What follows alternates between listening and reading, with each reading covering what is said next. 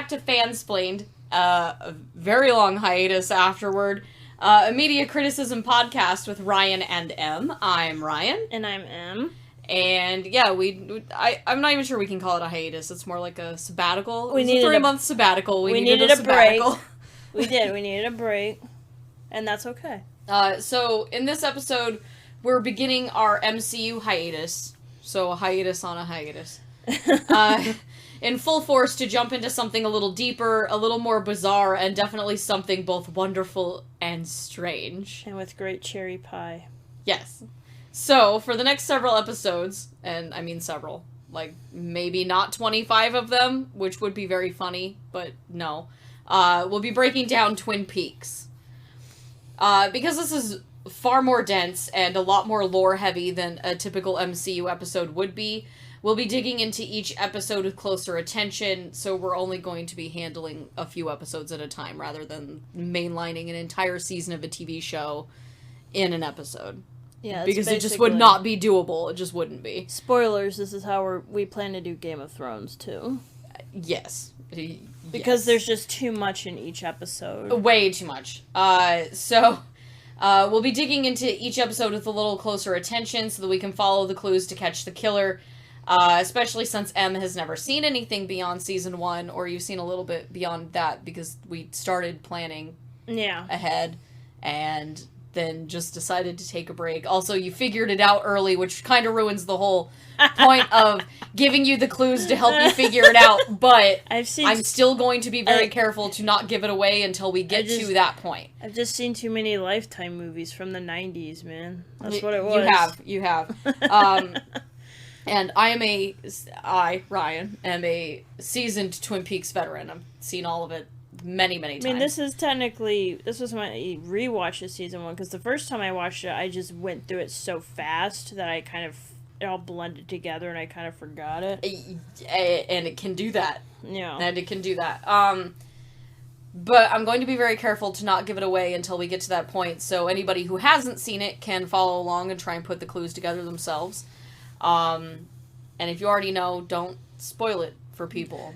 Yeah. Thank you. Would be great. We'll still review it like we do our other stuff. We'll dig into, if we think the episodes work, if they don't, stuff like that also. But we will be trying to keep them spoiler-free up until we get to the point where we couldn't talk about the episode unless we talked about the episode. Yeah, the show's older, but, not everyone watches Twin Peaks, and not everyone has seen it. I went most of my life without seeing it. I on one hand, I'd be like, how have you not? On the other hand, I hadn't really seen a lot of it, or at least remembered seeing it until I moved out to Seattle. So, I got busy watching. It happens. It took a while. I got busy watching so much other stuff, honestly, and that's how it is. There's so many shows and movies to watch. Even before the whole streaming boom. And it had a bit of a renaissance with season 3, which you haven't seen. No. But I have very mixed opinions on. I have not seen it, but I hear that everybody hated it, apparently. No, there are some people who really, really love it. It's contentious? Yeah, that's a nice word for it. Anyway, so, it's gonna get a little confusing also, because it wouldn't be Twin Peaks if it didn't. It wouldn't be David Lynch if it wasn't. Well, that's also true. Episodes were only numbered after the pilot for this season. And were only named long after the fact for easier summary at, when they released it in Germany, that's when the episodes got titles. Okay. We didn't have them. It was just pilot, episode 1, episode 2. It's more recent and, after the fact that they even got titles at all. But the numbering's all off because a lot of people would just call the pilot episode 1. Technically, that is not correct. Weird. It is the pilot and then episode 1. So, we will be talking about the pilot, episode 1, and episode 2 in this episode. But a lot of people would call that episodes 1 through 3. Yeah.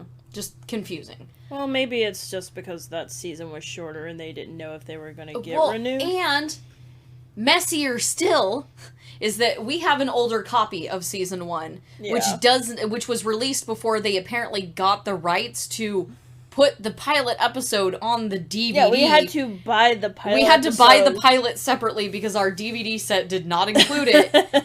And you cannot watch the show without the pilot. It doesn't make any sense. It's 2 hours long. It's like they introduced Twin Peaks with a TV movie. Yeah. And you just lose literally all of that context. All of it. I mean, I think that's pretty much what it was. It was a TV movie, and then it ended up...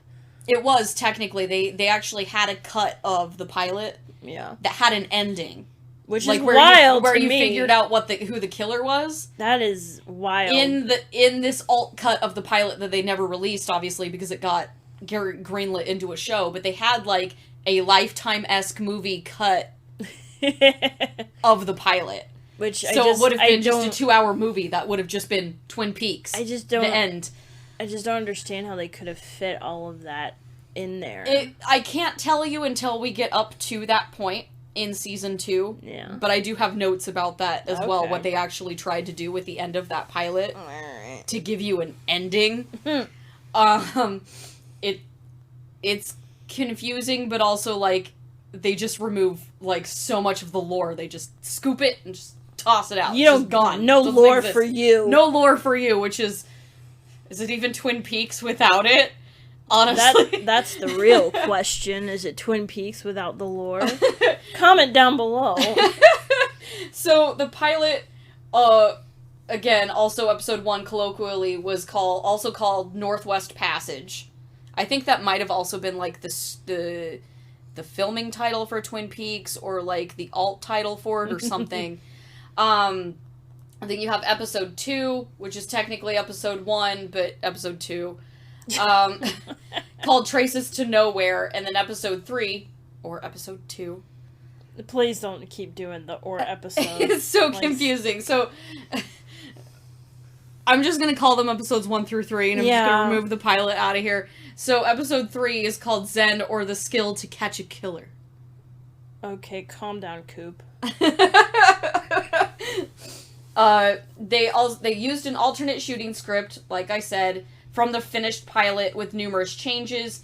The characters were named different things. Some of the other characters were completely envisioned to be other people entirely. Yeah. So, Harry's original name was Daniel Stedman.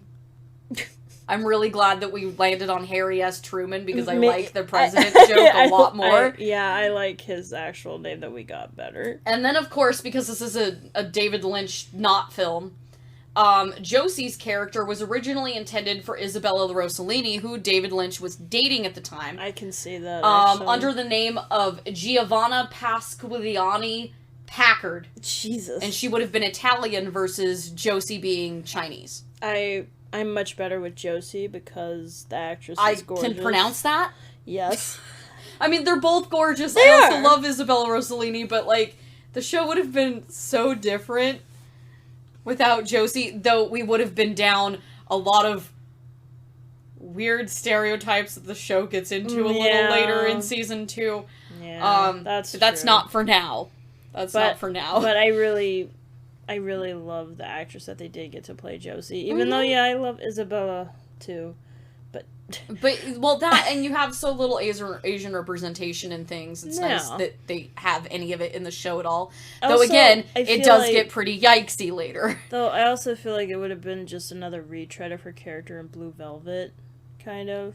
Yes, and I will get to that once we get to, Fire Walk With Me, the prequel movie to Twin Peaks, because I also plan on watching Blue Velvet for that, because Blue Velvet, if you really think about it, and again, you'll need the context when we get there, Blue Velvet kind of acts as like a pseudo-prequel to Twin Peaks, kind of like the way that Mulholland Drive acts as it was originally envisioned to be a sequel, even though it isn't a sequel. Blue Velvet acts the same sort of way, where you can kind of see where he was coming up with some of the stuff that ended up in Twin Peaks in Blue Velvet. So I plan to watch those 3 films around the same time, so that we can analyze really where these ideas came from and where they went. Especially when Mulholland Drive was supposed to be a Twin Peaks sequel for Audrey Horne. And knowing what I know... And it didn't end up being that. Knowing what I know of Mulholland Drive, I can definitely see that, actually. You know more about it than I do. Yeah, because I had to watch someone else's essay explaining what the fuck it was supposed to be about. At least you got the swear 10 minutes in. I'm sorry, David. You know, I'm still angry at you zooming in on a prolapsed anus in Dune. Like, we didn't need that. Oh, she hates the Traveler thing. No, they're the Space Guild, whatever they're... I am losing my Dune cred, the Guild Navigators. The Guild Navigators. Because they actually put them in the Lynch movie, and they're very weird. And he just zooms in on their freaking mouth, and I hate it so much. It's almost as traumatizing as, you know, some of the parts in this show, actually. I mean, yes. Yeah. Yes. You can see where it's very Lynchian, although you can definitely see, and we'll get there, you can see the shift in the show where it stops, where it becomes less a shared project and becomes far more Lynchian than it does anything else. Yeah, you told me that. Also, we'll see that later. Also, randomly, have you ever seen Isabella Rossellini's bedbug skit? No, and that sounds gross. It's amazing, actually. It's amazing, and you can tell where Lynch definitely rubbed off on her. Yeah. Anyway, okay, so they all, like I said, they also filmed an alternate ending in case Twin Peaks was picked up as a TV movie over a series, which revealed the killer a lot more quickly, obviously, and simplistically than the show does. Again, like I said, they scooped all the lore out and just, like, with an ice cream scoop, just scooped it out and just threw it on the ground. You're going to bed without any lore. No dessert for you. It was originally aired on and produced with ABC. I want you to know that Twin Peaks was technically a Disney thing. Ew, no! Because Disney owns ABC. ABC was originally the one that did Twin Peaks. Can you imagine them showing an episode of Twin Peaks and then going, the Disney movie for tonight, right after? Oh my god. And then later Republic Pictures and CBS, and this is why early DVD versions did not have the pilot. Is because it was originally meant for a different network. Jesus. Thanks. Rights to the pilot were originally contentious, and it is not included with the early season 1 home release. Again, because we don't own it. So these episodes were respectively aired April 8th, 1990, April 12th, 1990, and April 19th, 1990. How old does that make you feel? Not as old as Ash finally being retired from Pokemon. Actually, I wasn't even 4 years old yet. Jesus Christ. That's how old I feel right now. It makes me feel it doesn't actually make me feel as old as Ash being retired from Pokemon. Okay, actually. that's fair. That's fair. Damn. Or, like, finding out that, like, Attack the Clones is 20 years old now, and I'm like, what is wrong with the world? Did that finally hit you? No, that one just hurts me every time. So, again, because it's a TV show, you end up with different directors, different writers. Less so on the early episodes of this than later on, but it's still kind of a mix. It's a mishmash between people. It's mainly just a Frost and Lynch joint. Yeah, so these first 3 episodes are all directed by Lynch in some capacity, you can tell. You can definitely tell. The first is, okay,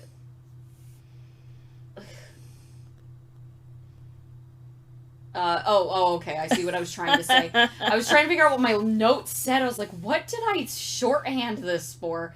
So, Lynch directed the first one by himself. Again, you can tell. It was written by Mark Frost and David Lynch. Yeah. The second was directed by Dwayne Dunham, but it was also written by Frost and Lynch. So it's technically directed by someone else, but it's still very much got Lynch's hand in it. Mm-hmm. The third one was also directed by David Lynch by himself and was written by Frost and Lynch. And the creators are Frost and Lynch. Surprise.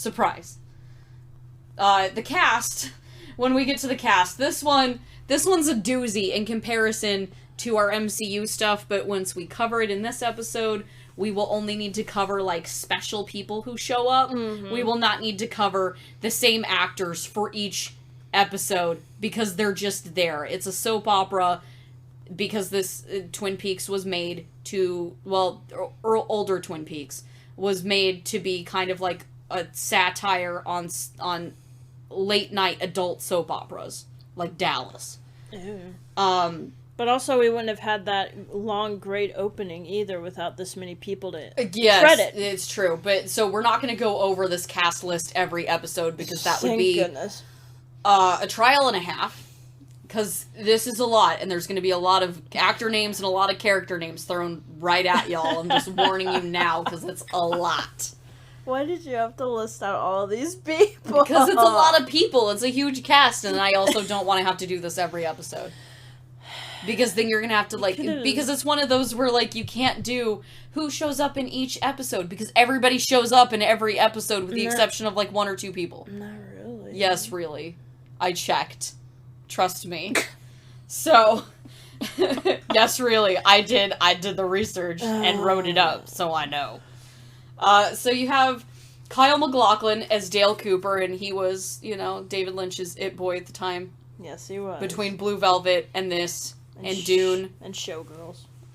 Lynch did not make Showgirls, I'm pretty sure. Ma'am. Talking about Lynch specifically. Well, I mean, no. I mean, it should have been. It probably would have been a better movie. I think it would have been a better movie. Actually, what could have been, David Lynch's my heart hurts, you now saying this. I wish it had been.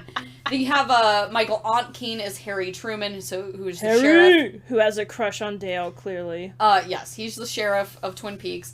You have Madchen Amick as Shelley Johnson, who's a waitress at the diner. We've been to that diner. We have been to that diner. It has good burgers. You have Dana Ashbrook as Bobby Briggs, who I stump for extremely hard. And I'm very sad that Dana Ashbrook was not in more stuff. Yeah, because I love him. And I love Bobby. Bobby is my favorite. She loves Bobby so much, and it's ridiculous. I love Bobby to the ends of the earth, and you wouldn't think it from, like, this first season. You're like, why? But then you get through the rest of the show, and you're like, okay, yeah, I understand now. I kind of see why he's in, like, your wheelhouse of characters that you stump for, but I'm still waiting to get to that point of you haven't gotten to his, like, big character moments yet. That's all in season 2. You have Richard Beymer as Ben Horn, who is Audrey's father. He's the guy who owns the hotel. Laura Flynn Boyle as Donna Hayward. Boo. We're just not going to talk about Laura Flynn... Well, actually, we'll probably talk about Laura Flynn Boyle a lot, because a lot of the decisions they make in season 2 are allegedly don't come for me, her fault. Donna sucks. Donna does kind of suck. Donna does suck, actually. Donna's actually the worst. I'm booing the character because I don't like her in season 2, man. I don't like Donna at all. She's awful. I kind of liked her some in season 1. Like, I could understand, some of her motivation. Some of it. But season 2, I'm like, oh, she sucks. It gets worse. Boo! Then you have Sherilyn Fenn as Audrey Horne, who I also stump for to the ends of the earth. Yes, you do. Warren Frost as Dr. Hayward. So Warren Frost is Mark Frost's father. Yes. So it's kind of like a cameo, but not really. But Dr. Hayward is Donna's father. It's a family project. Yeah, he's the small town doctor. Though they act like this is such a small town when it's 50,000 people. I grew up in a city of 50,000 people. It's not that small. It's small It's enough. really not that small. It's because they want the isolated feel. What they wanted was a much smaller town. You wanted 5,000 people, not 50. Yeah. But whatever, because 50 is still a lot of people, and there's still going to be a lot of people you don't know. They wanted the kind of feel where everybody knows everybody, like Cheers. Norm! Where everybody knows your name. DMCA. Then you have Peggy Lipton as Norma Jennings, so she's the lady who owns the diner. Yeah. She's Poor in love Norma. with someone else who is not her husband. Poor Norma, man. Poor Norma. She deserves better. Norma's delightful. Then you have James Marshall as James Hurley. Boo! Wait, that's right. We don't. Yeah. Like James. Okay. 5-head. Poor. Like, I don't want to body shame him, but God, the styling for poor James just is not flattering. No. I also just think he's such an idiot that you just he really his head's too big is. for how dumb this character is. Yeah, see, I didn't mind him as much as season 1. Season 2, though, they wanted to make Donna. him such a cool, brooding bad boy, and I'm like, there's nothing bad about him. Like with he's Donna, such a dweeb. Like with Donna, his character's really grating on me now, and I'm like, I don't like. I kind of see why Laura was still screwing around with literally everyone else.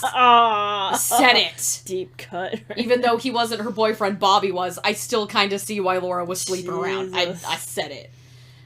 You have Everett McGill as Ed Hurley.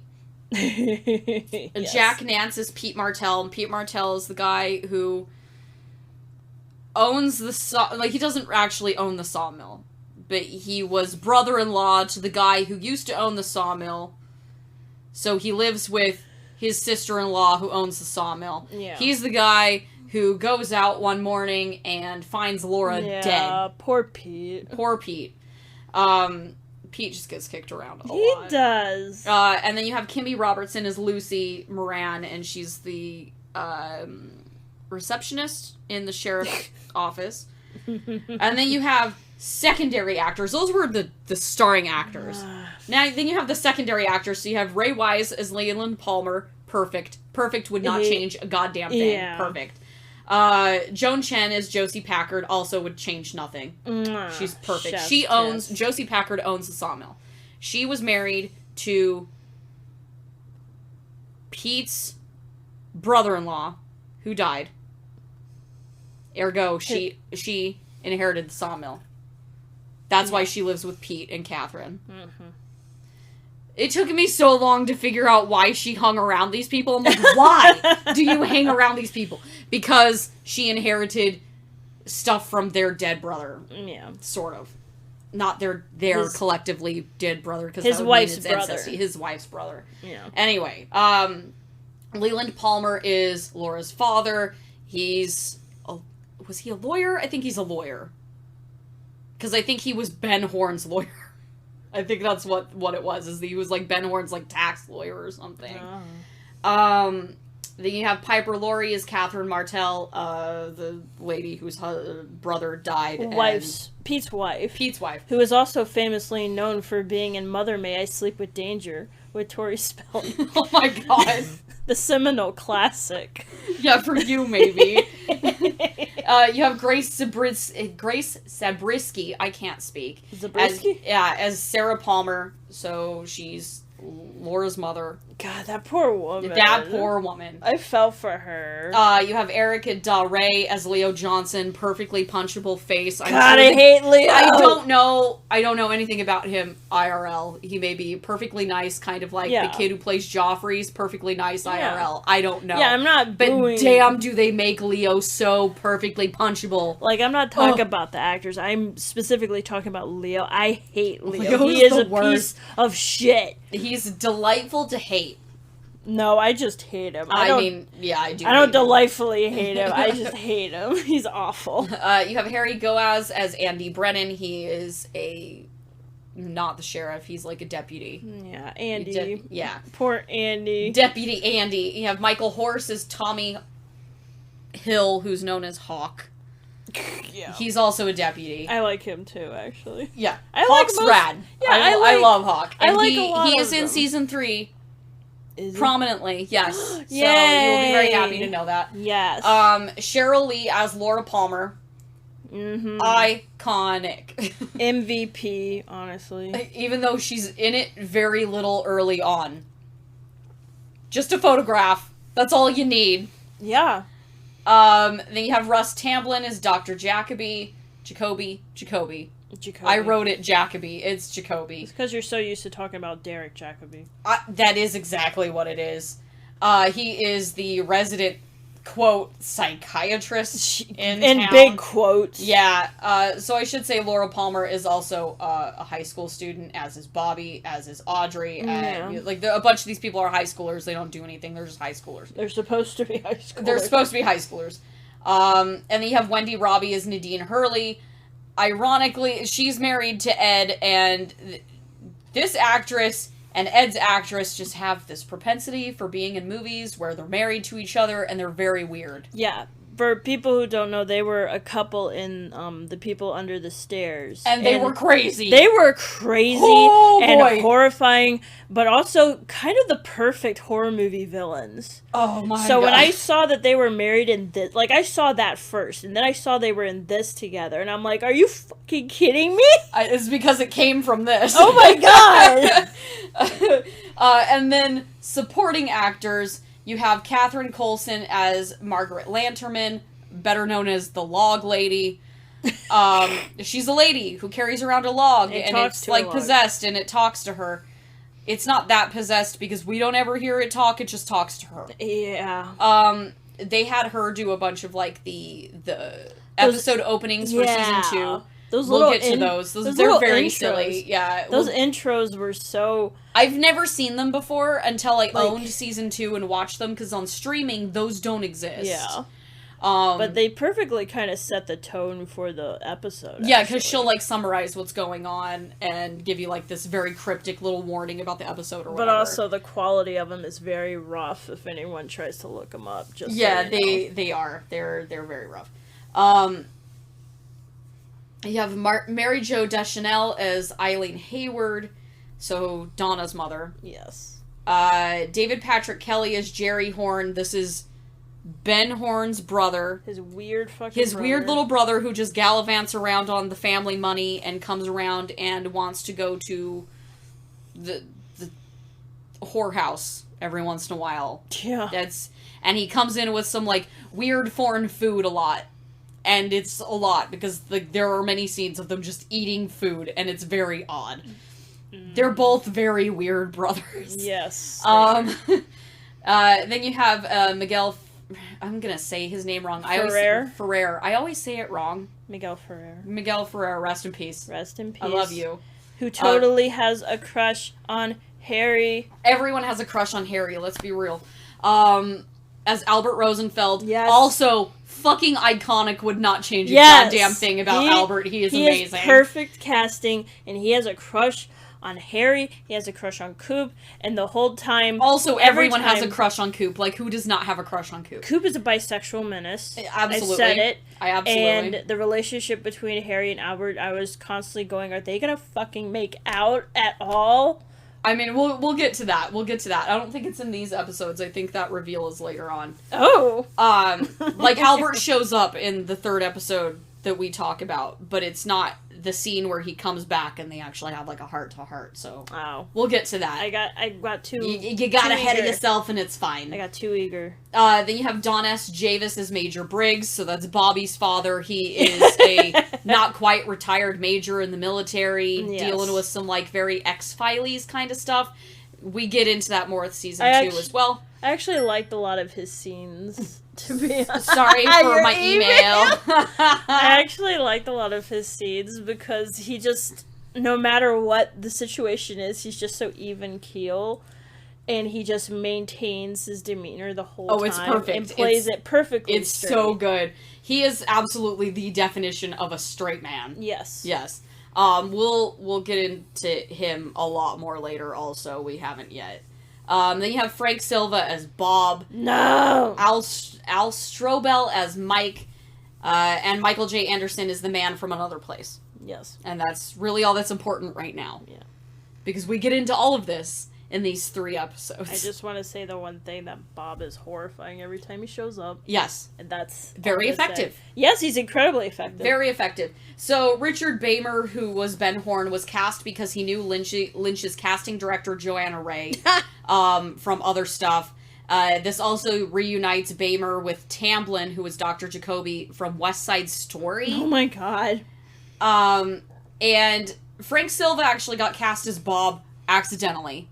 Yeah. He was actually a set dresser, so he was the guy who just, like, set everything up on the set and then just, like, left. Mm-hmm. He accidentally ended up in a shot, and I think it's that one where Sarah's, like, having her flip out when she has her, like, vision or whatever. Yeah. And he ends up in a shot accidentally, and Lynch sees this, and he's like, you.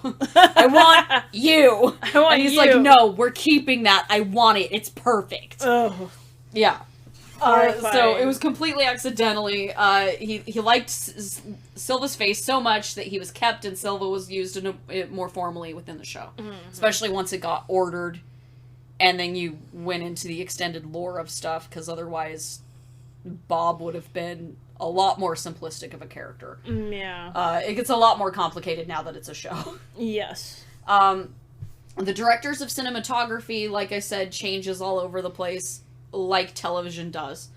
You have Ron Garcia for the pilot, Frank Byers for episode 2, and then you have Byers and Garcia both doing episode 3.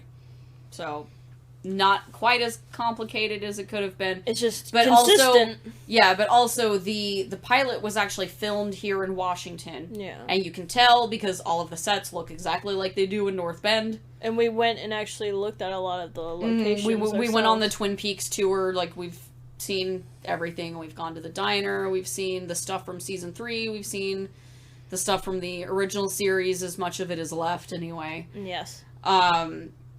Like the bridge that you fell down on. I fell down on the You fell down on the steps trying to get down from the bridge because those steps were falling apart. Yeah, and there was a whole step missing at the end. Well, I was trying, and we had an accident. It was not great. And someone stole the sign. Whoever stole that sign. Yeah, whoever stole the Twin Peaks sign, you're a dick. Fuck you. I'm just gonna go out and say it right now. You're a dick. Whoever stole that sign, fuck you. And I hope you got splinters getting it out. Yeah, so they used to have, like, the Welcome to Twin Peaks sign in North Bend, but apparently it keeps getting either vandalized or stolen, so good luck finding it if you ever come out here. You're not gonna see it. No. We went out to the park where they filmed the picnic. Yep. With Laura and we found the hill. Donna and Bobby, and we found the hill. Yes. Mm-hmm. And yeah, we've been to the diner, we've been to the falls, we've been to the hotel. We haven't been to the place where they actually filmed the interior of the hotel because that requires a ferry to go to, and we just have not made that effort yet. Yeah. That's also, like, the exteriors of that building are where the Martells live. Mm-hmm. And that's also where you can see the iconic outside shot of where they find Laura. We did go to but we haven't been out there yet. We went to where the sawmill was. Yeah, we did go out to where the sawmill is. It's like a go-kart thing now or something. It was something like that. We got to see where the front of the sheriff's station was and the school. Yeah. Because the sawmill, what remains of it, is across the street from the building that was used as the sheriff's office, but that is now like a driving lessons go-kart kind of weird business thing now. So you can kind of see the iconic, like, shape of it, but it looks nothing the same at all anymore because it's all painted up and stuff. Yeah. So yeah, we went on a whole tour to get ready to do this episode, and then we took 3 months off and didn't get to it. And we are going to eventually try to find Laura Palmer's house. Right? Yes, because that's up in North Washington. Yeah. So it's a little north of Seattle, so we're gonna go and try and find that at some point as well. Yes. So, okay, now that we're past cinematography, oh, well, no, I wasn't done with cinematography, so that, what I was leading into, ADD, yes. Is that the pilot episode was actually filmed in Washington, and then once the show was ordered as a show, you can tell the immediate changes, because the rest of it is filmed in California, and it's because the trees change and they don't look right. But also, this season suddenly changes because the pilot episode, the show is supposed to take place in late February to early March. Yeah. Because the show takes place over, like, a very short amount of time. It's like a couple weeks maximum. And there's fall foliage And it's everywhere. fall foliage once they film in California, so it does not look anything like February at all. Regardless of whether you're trying to pretend it's Washington still or not, it does not look the same. The diner changes, like, everything changes. They kept some of the exterior shots, and that's it. And I remember us watching that one episode, and there was just... Yeah, it's and I was like, wait a minute, what is it in February? Yeah, there's one outside with, like, Leo outside in his truck, and you can just see all, like, the golden leaves outside. There's golden leaves, and it's like, excuse you, this is supposed to be February 28th or whatever day it is. And then in the funeral later, it's all orange and red leaves. And yeah. I'm like, why is it fall? Why does it look like this? It shouldn't. It's February. So it continues to muddy up what time it actually is, where it actually is, when it actually is. A mess. Well, maybe Lynch was okay with that. I don't know. We'll get to that. We'll get to that, and we'll see if you feel like there's actually a tangible explanation for that or not. But not right now. Right now, it is a gaffe, and it was just, well, it was cheaper to film in California because Washington has a lot of weird filming laws, and it gets annoying to film things up here. Oh. So that's why they always, like, that's why 90% of the time when you see the Space Needle, it's in Canada, it's not the one here.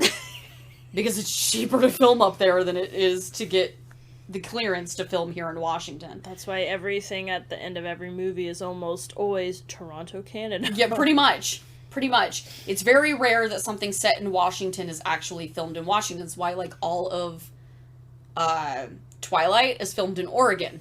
Yep. Except for, like, a couple exterior shots, and that's it. Even though they were invited to film in Forks, they did not. Except Malignant was actually filmed here, surprisingly. Yes. And it looks it. It does. It looks it. It actually but looks it's very, very rare. Like, it will happen sometimes, but it's very rare because it's just cheaper to shoot somewhere else.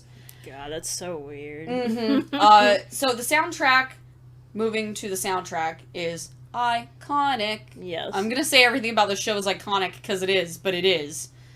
But you also really love this show. So. I do. It's fine. So it was composed by Angelo Badalamenti, who unfortunately passed away December 11th while we were still kind of getting ready to record this. Yeah. Which really sucks. But what a legacy to leave behind. I mean, Twin Peaks. His opening theme and the love theme and all that was just, it's so good. They are perfect. They are perfection. They really are. They're just perfect ambient soundtrack. Well, and then you get all, like, the weird jazzy horns when you get into, like, like, everything about Twin Peaks is just so perfectly for Twin Peaks. You could not confuse it for something else. It's a vibe. Yes, everything about Twin Peaks is actually a vibe. Like, some people say things are a vibe. This literally is a vibe. Yes. All of the music for it is just such a spooky kind of vibe. Isn't it just so dreamy? And it's just like, like you said, it's perfect for this show. Like, I cannot think of another show that would actually have something this like weirdly jazzy, and then at the same time melodramatic, and then creepy and unsettling. When it's supposed to be a soap opera, and then also like almost whimsically beautiful. That is how the soundtrack. It's just such a weird mix. Yeah, that's how the soundtrack moves. It shouldn't. By all rights, it should not work. No. On paper, you hear these things. Honestly, you hear these things and you haven't seen the show. It should sound like a bunch of things that just don't go together, and you're like, how does this even work as a show? But somehow it works. Does. It works. Somehow it works, and it works beautifully. I promise it works. It does. So, I'm not really going to get into a summary of episode by episode, especially when we're going to get into our case files, which are going to break down some of the clues they give you in the episodes. Case file. But the overarching summary of Twin Peaks is basically you're in this small town in northern Washington, and this prom queen is found murdered. Wrapped up in plastic. Dead, wrapped in plastic is the quote. She's found murdered, and this shocks the whole town because everybody in this supposedly small town, when it... allegedly small town, is wrapped up in Laura's life somehow. Yes. And basically... discovering who is behind her murder and what's behind her murder is basically the drama of the whole town and how interconnected everyone's bullshit in this town is. Yes. That's basically Twin Peaks in a nutshell. It's a soap opera because everyone's lives are ridiculously melodramatic, but it's also like a murder mystery on top of that. And they're all interconnected. Mm-hmm. And one of the strongest points about this whole concept is how it's handled. Mm-hmm. When in any other case, it would just be, you know, about the killer and all that. When it's really, truthfully, about Laura. It's about the girl that they found dead, the victim. Laura does not have to be present. No. Physically present. To be present in literally every aspect, every scene, every moment of the show. It's about her. That is what I don't like about season 3. And then it stops being about that. And then they end the season always on her or not the season. Each episode ends on her prom photograph, which is the photograph they constantly show of Laura. It's the one that's in the news. It's the one that's all over her family's house. You'd think that her family would also have different photos of Laura, but they don't really. It's just or at least the camera solely focuses on this one. Yeah. Like, you'll see other photographs. Because they come up every once in a while. Because that's the one that perfectly illustrates everyone's idea of Laura. Mm-hmm. She is their ideal. That is not true, and nothing anyone thinks about her is true, but nothing anybody thinks about their own lives is true either. Yeah. So it's about unraveling this facade of and showing the soap opera, basically. And basically showing all the darkness and ugliness underneath it. Yeah. And there's a satire of a soap opera. And there's a lot of dark, ugly things in this town. So trigger warnings all over the place. This show deals a lot with a girl being murdered. Yes. There's a lot of underage sex. There's a lot of SA. There's a lot of implied worse things. Yeah. Abuse. Drug use. Forcible. It deals with cocaine a lot. Forcible drug use. Prostitution, forcible prostitution. Human trafficking, pretty much. Yeah, it's a messy show. It's incredibly messy. I still don't feel like, for all of those things, I don't feel like it lingers on it in a way that is super exploitative, because it's really just... No, it's about showing, even when it gets to that point, it's still about showing, like, how this ruined this woman's life. But also, essentially. I'm amazed they got away with putting all of this on TV back then. Yeah. I'd be amazed if they got all of this on TV now. Like, I can't believe they got this on TV in the freaking 90s. Doing that shit. Not in the 90s. In 1990. 90. Damn.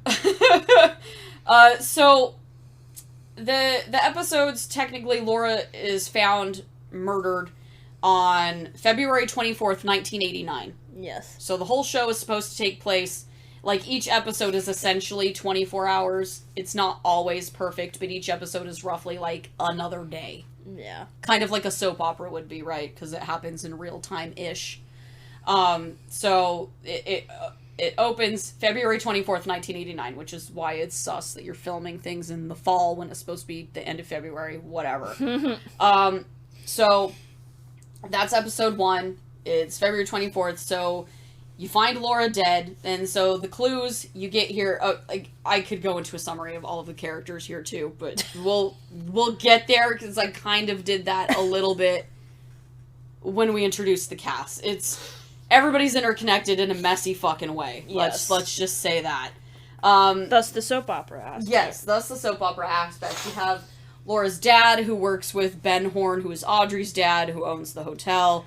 You have Laura's boyfriend, Bobby, who's dealing drugs with Laura, and they're getting their drugs from Leo Johnson. Jesus.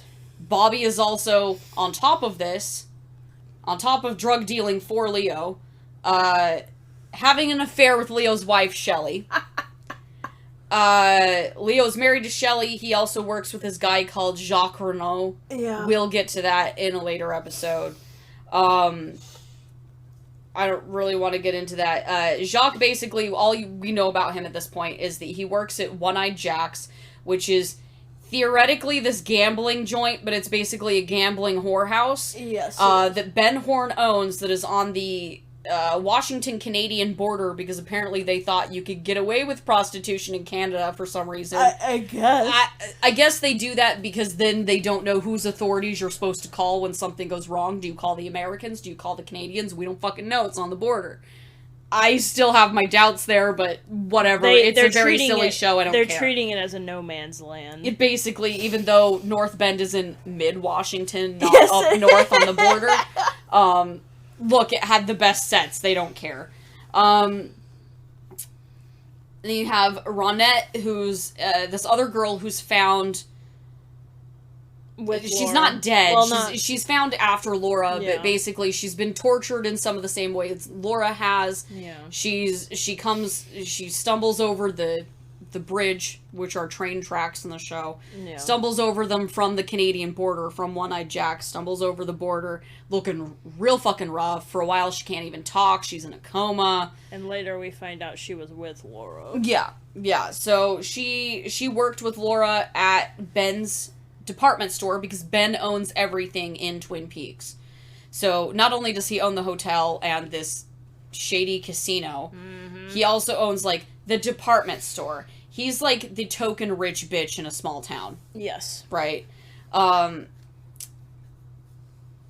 you have Ben, who owns everything. He's also working with Catherine Martell, who is the widow of the guy who... Not the widow. The sister of the guy who used to own the mill.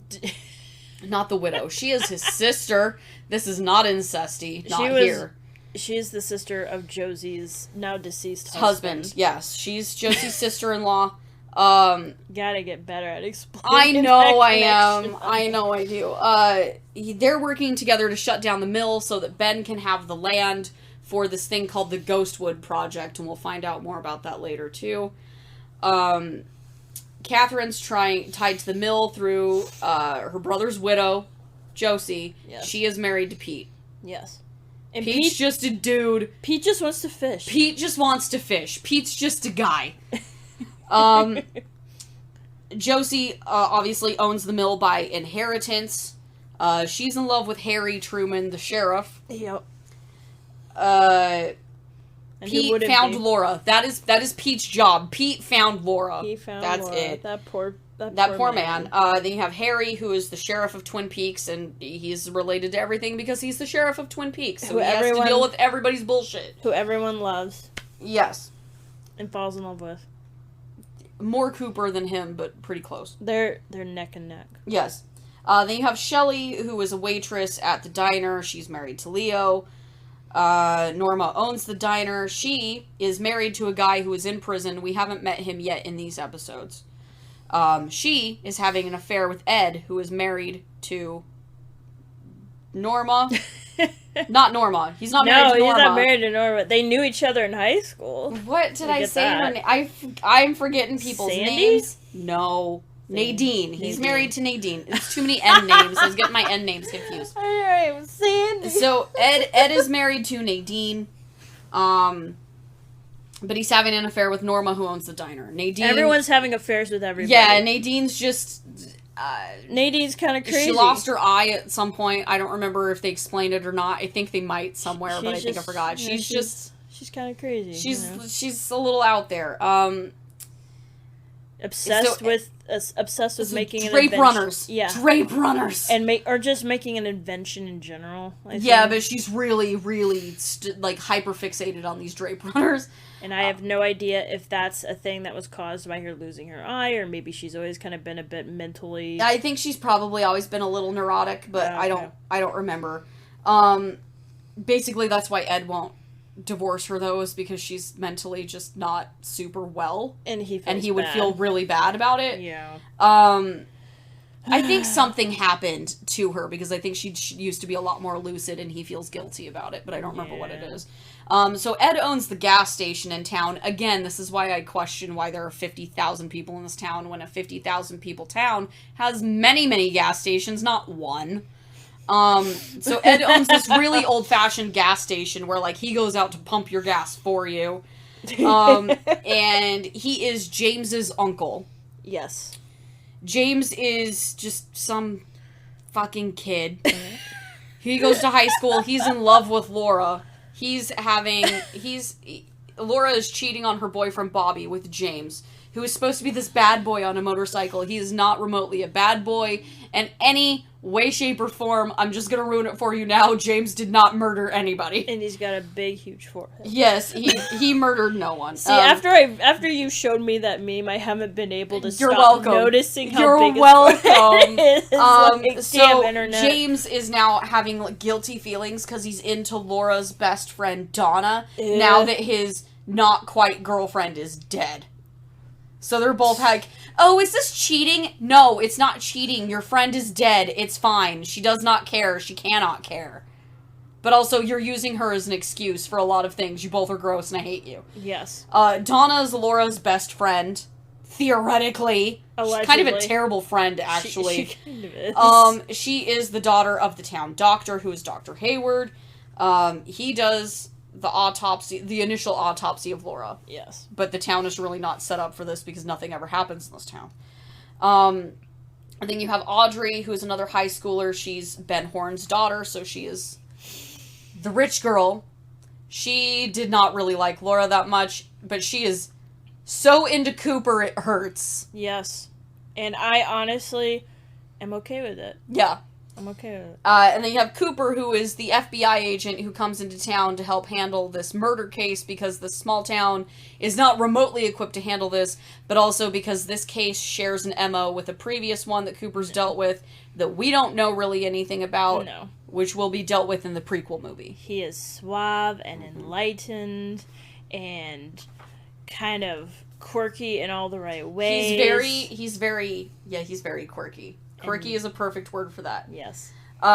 So, when you get into clues that this episode gives us, on top of the summary of just how interconnected everyone's bullshit is, you have, when they do Cooper comes in and does, like, an initial, not quite autopsy, but initial investigation of Laura's body. He finds this printed letter R, under her fingernail. Blech. This is something that he found on this other... Well, he didn't find it, but was found on this other similar murder case. Yeah. That was somewhat nearby. That is bringing him in as the FBI agent because it matches this MO of this other case. Mm-hmm. This other body, Teresa Banks, was also found with another letter under her fingernail. I forget what it is. Ugh. Doesn't help because I should know that, but I forgot. Anyway, it's not super, super, super important. Mm-hmm. They find Laura's diary. She gives this cryptic message about, I'm nervous about meeting Jay tonight. We find out this is James because she is cheating on her boyfriend with James. Spoilers. That's not really a spoiler. It's just a summary at this point. You have Audrey sabotaging the investment in Ben and Leland's Ghostwood project by this group of Norwegian businessmen in her father's hotel. Because they're, like, gathered here and he's trying to sell them on stuff. He leaves the room because Leland is freaking out over his daughter being dead. Yes. Audrey comes into the room and this is when she has that weird pixie haircut. I hate that made her look like 10 years old. I really hated that haircut, actually. I didn't understand what they were trying to do with Audrey in the first episode because, like, they kind of keep some of that, but she's not... Yeah, she's just... quite that immature. She's just walking around, pursing her boobs up. Yeah, she, like, leans against the wall, and she's like, oh, well, my friend Laura, she was murdered today. And then, like, all these dudes freak out, and, like, she ruins this business deal. Yeah, she just thinks it's funny. Yeah, she's just going there. Around she is Loki. She is. I was about to say she's going around causing chaos. She's Loki of this show. She's just there to do whatever she wants, whenever she wants, because she feels like it. We don't get an actual character for her until after the pilot. Yeah. Yeah. She still does a lot of that same stuff. But there's an actual character an actual reason to it, rather than the pilot where she's just kind of leaning around doing whatever I want, because of whatever I want. I feel like the original idea was that she was acting out because she was not her father's favorite. Laura was her father's favorite, which is fucking gross. You're welcome. And I feel like there's a lot of resentment there. And I think that that's what their initial reason there was, is that she was just trying to act out because she's mad that he isn't giving her attention. She has, like, primo daddy issues. I think that's still some of it. But a lot of it is just, she's Audrey Horne. She does what she wants. So you have that part. Then you have Sarah. Oh, no, I just had a really gross thought. Oh, yeah. What if What if... Because here's the thing. Laura and Audrey are actually very alike. Yes, they are. And was he basically doing all this stuff with Laura because he didn't want to... do it to his daughter? I think that might be the implication, especially once you get to later what happens with Audrey. We'll get to that in a different episode, but yeah, because... I think that is somewhat implied. Yeah, because in the later episodes he does get spoilers, Ben is definitely banging Laura, as is literally every adult man in Twin Peaks, apparently. Yeah, so, yeah, and Audrey was never actually that close with Laura, and she has this resentment that her father was closer to Laura than he ever was to her. Yeah, and then he acts very weird about Audrey in later episodes. That's what gave me the... Yeah, we'll get to that in different episodes. So we have Sarah, Laura's mother, who last saw Laura at 9 p.m. the night before she was murdered. She had a phone call. They didn't... I assume that they thought it was to Bobby. I don't think it was. Excuse me. Then you have Ronette Pulaski, who is a classmate of Laura. She's a daughter of a mill worker. Yeah. She's also missing. She was not just a classmate of Laura, she was a co-worker of Laura's in multiple different ways. She's discovered wandering around on a railroad bridge. She's beaten up and barely clothed, and she's in shock. She later falls into a coma once they get her into the hospital. Yeah. She wakes up screaming about stuff. Like, she's just... poor girl. That poor girl has been through so much. In Laura's diary, they also find a safety deposit key, which opens... I'm not sure they open the box in this episode or not. I don't remember. But they go in, they open the box. It's got this copy of this porn magazine in it called Flesh World, and this will come up in this show several times. Such a gross title. They find in that issue of it a picture of Leo Johnson's truck. Yep. In one of, like, the wanted ads or something, I think. As well as, like, a bunch of money, because this was Laura having been dealing coke with Bobby for Leo. This is money that Bobby needs to give to Leo, and does not have, because it is now with the police. Yep. Andy discovers the murder scene the actual murder scene. So they discover the murder scene, which is an old train car, like, further back on the railroad. And he gets so upset, and it's upsetting to watch him upset. Yeah, he is a soft boy who really can't handle this case at all, and he's trying. They found a bloody hammer, half a heart necklace, and a note written in blood that says, "Fire, walk with me." Title drop. For the movie. James happens to have the second necklace half. Dun-dun-dun-dun. He and Donna figure out that the police are looking for this necklace half because Donna overhears this. And they go out secretly at night to go bury this necklace half. And Sarah sees this in a vision, and it involves Bob, and she freaks out.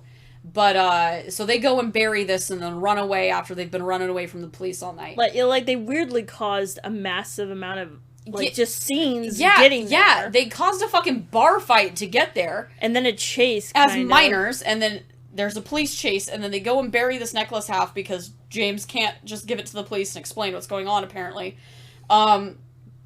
And then at the very end of the episode, we see in Sarah's vision that someone is digging the necklace half up, and we don't see who that person is at the end of that episode. But someone's digging up that necklace half. Then they find a photo of Ronette in that Flesh World connection to Laura, and also the photo of Leo's truck. But Ronette was also in that issue of Flesh World, which connects her with all that seedy underbelly stuff going on. Yes. And that's just episode 1, because episode 1 is 2 hours long, because it's a TV movie. Then episode 2, which is supposed to be February 25th, it's the next day, we find, like, Leo shoves, like, a bunch of laundry in at Shelley because he treats her like a maid, not a wife. And she finds this bloodied shirt in with all his clothes. She hides the shirt because she is convinced now that Leo killed Laura. He treats her like fucking He treats her like garbage. He is an abusive piece of shit. Yes. And she finds this. She tells Bobby about it. They make all these plans to go to the police and try and pin all this on Leo. James gets caught basically trying to lie about Laura. They find, like, this tape of Laura and Donna at this picnic, and obviously someone is filming it, and Donna's lying about who's filming it. They find out that it's James, because James can't lie for shit. He's not a bad guy. No, it's this because... is what I'm saying. James can't... No. He didn't murder anybody. He can't lie about anything. No, it's because they had that amazing... hilarious zoom in. Scene. Zoom in. Enhance. It was amazing. Of a VHS tape in 1989. It was amazing. It's so funny. Yeah, they supposedly zoom in on this fucking VHS tape. It's a motorcycle. It's a motorcycle reflected in Laura's eyeball. In her eyeball! So they figure out it's James. They corner him. James can't lie for shit.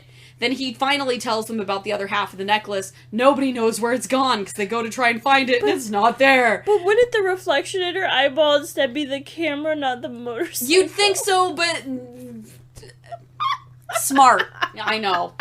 It should be James in the camera, but it's James in his giant peach, but it's not. So, Sarah also has, like, a Bob vision where she's, like, laying around in the house crying about her daughter, and, like, she wakes up from a nap, and there's Bob in her dreams, like, sneaking up to her over, like, Laura's bed, and she's, like, screaming. That was horrifying, actually. Yeah, so we're connecting Bob to all of this. We have Catherine having an affair with Ben. Because Ben is also married to Audrey's mother, but Ben is also having affairs with literally everybody. He just wants to bang everybody, except his wife. Except his wife. Yeah. So Catherine is plotting with Ben. They're in a hotel room literally right next door to a suspect that the police are looking for. The one-armed man. The one-armed man. And they're plotting to burn down the mill. Because... That's original. Catherine wants the insurance money because she's mad that Josie got this mill when it should have gone to her, I guess. Because it was a family thing and it went to her brother's widow and not her. I keep trying to say her husband when she's married. I still think she's just a little racist about it, too. Oh, she's incredibly racist about it, and we'll get to that later, too.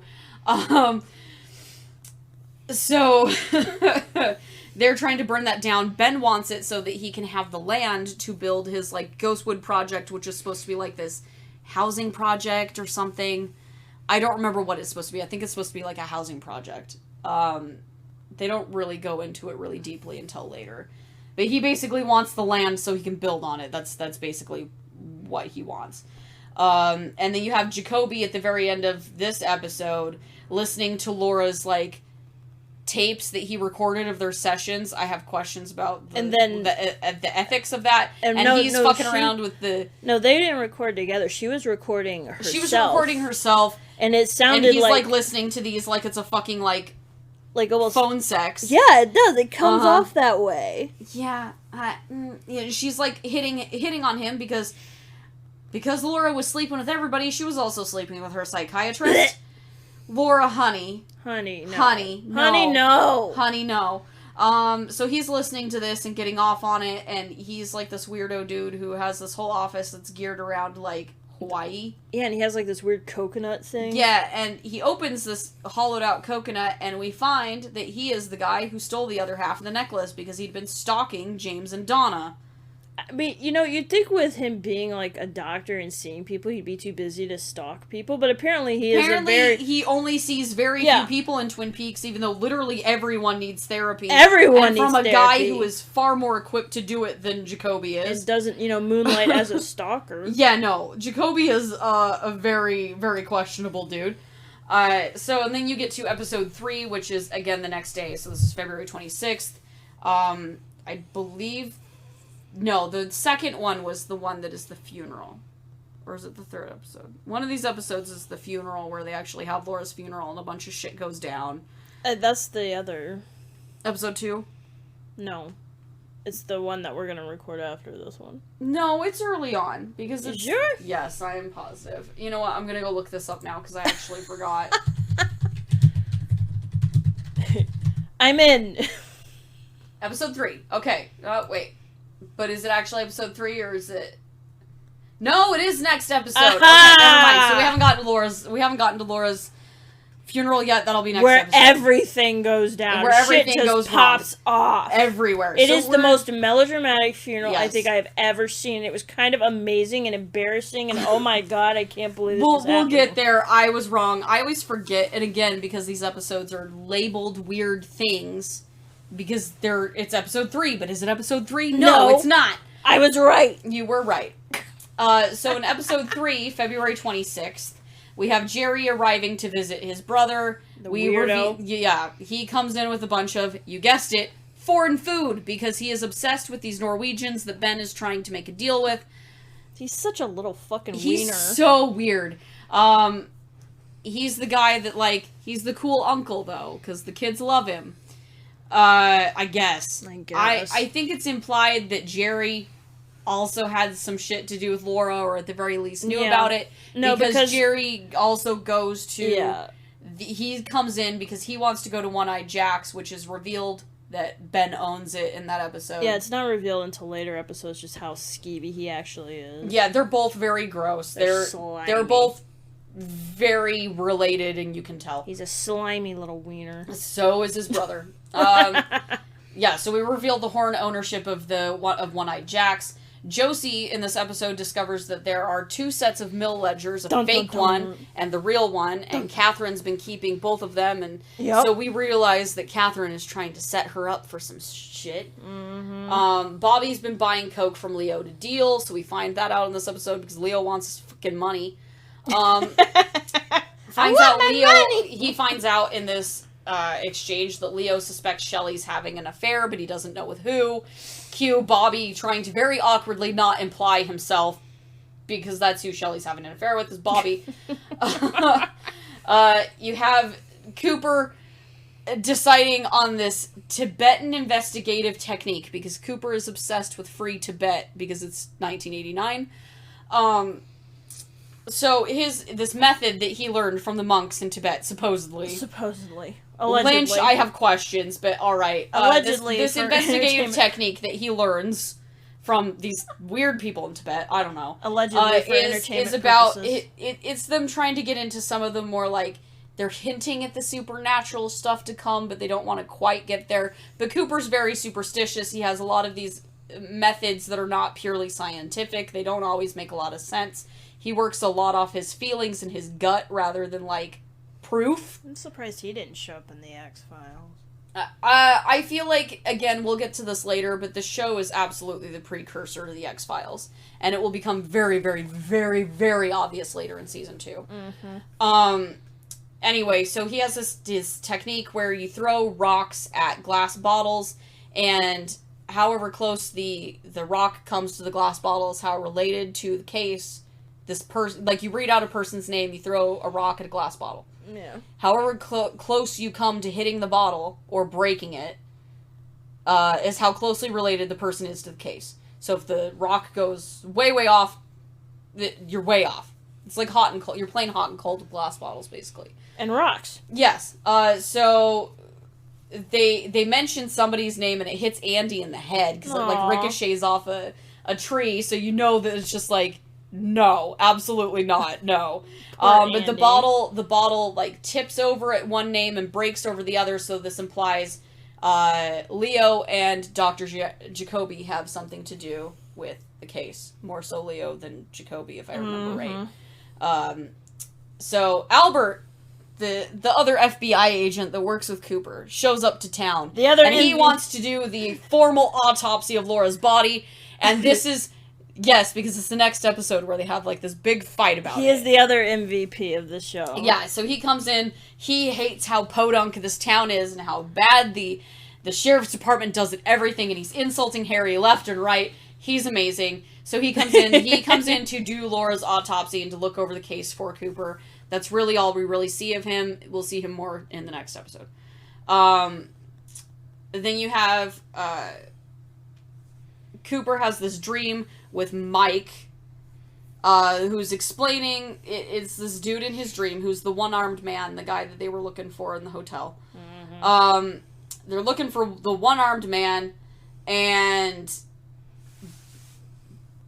No, I don't think we've gotten to the hotel yet, but Catherine's still plotting to burn down the mill with Ben. either way, they're still plotting to do this. Anyway, so Cooper has this dream of this one-armed man named Mike, and he's friends, or ex-friends or whatever, with this guy named Bob, and we've seen Bob before, who vows to kill again, and he has this whole dream about it where Mike's, like, explaining who Bob is, sort of. And that Bob really likes to kill people, I guess. I mean, I'm pretty sure this was the episode where I was like, are we sure Bob's not a ghost?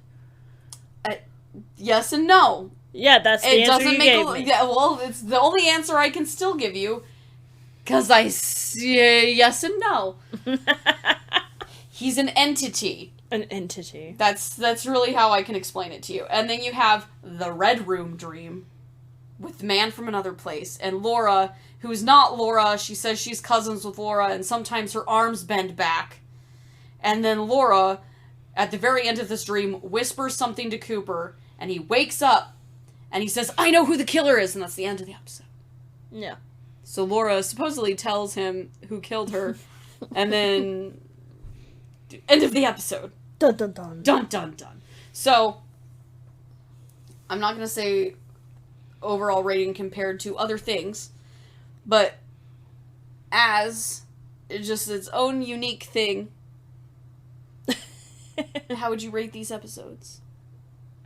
Maybe in comparison with each other. The pilot to episode 1 to episode 2.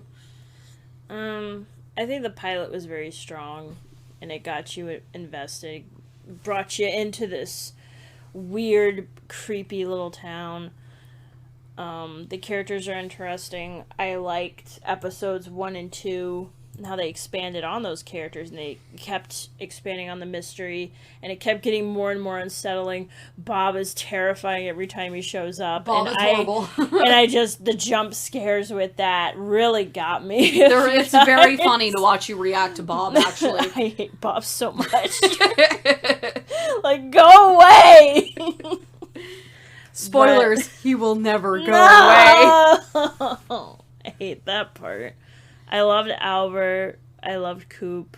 I love this weird intensity Albert, and Harry have later on.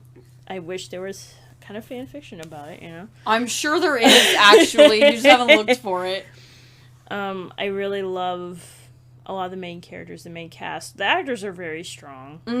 I love the whole little police force. It's such a unique cast that I don't think you could ever replicate. It's very odd. I really don't think you could, because you wouldn't be able to get away with a lot of these kinds of characters doing the things that they do in these stories. That's why I'm still shocked that they had this going on in 1990 on TV. Yeah, and I want you to know, again, that ABC did the pilot. That, again... They produced the pilot. I legit cannot believe that, but I think probably the strongest aspect that I genuinely enjoyed the most, aside from the atmosphere and all of the score and how everything works together, and just really helps with that spooky, unsettling atmosphere, is that, there's never been a show, I think, that's been able to replicate it. But I think the thing that really is the strongest for me is how it's about the victim. Yeah.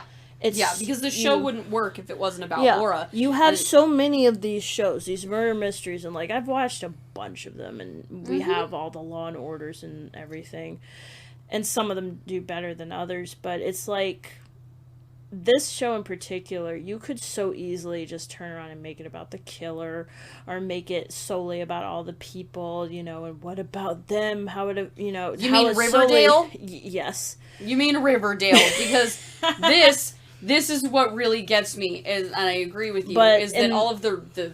But that's the thing, though, is that it doesn't do that. It makes it about Laura. It makes it about how all of these fuckers affected her, and how it led to her death. And that, I think, is the strongest and probably the best aspect about it. Well, and that's my point, is everything that tries to rip it off does not understand that point. No. Because I remember Riverdale coming out with that original, trailer in that early episode, and I'm like, this is CW Twin Peaks! Yes! You are hyped for that part. I remember that. It hurt me. It still hurts me, because they lied to me. they get rid of that aspect on the show very quickly. Yes, they do. And they didn't give a remote fuck about the victim in that show. It was literally just to get in people like me into this trash thing that was about just everyone else's bullshit and nothing about the murder mystery or whoever these things actually happen to. Because there aren't characters on Riverdale. No. They're not real characters. They're just stand-ins for dumb shit. The writing team was literally just using a dartboard. I'm convinced of it now more than ever. I know. Anyway, I wasn't here to talk about Riverdale. It just pisses me off that it was supposed to be my Twin Peaks reboot, it was not. We're just gonna teabag it for being the piece for of lying shit it to is. me, for lying to me about saying it was gonna be Archie Twin Peaks, and then it wasn't.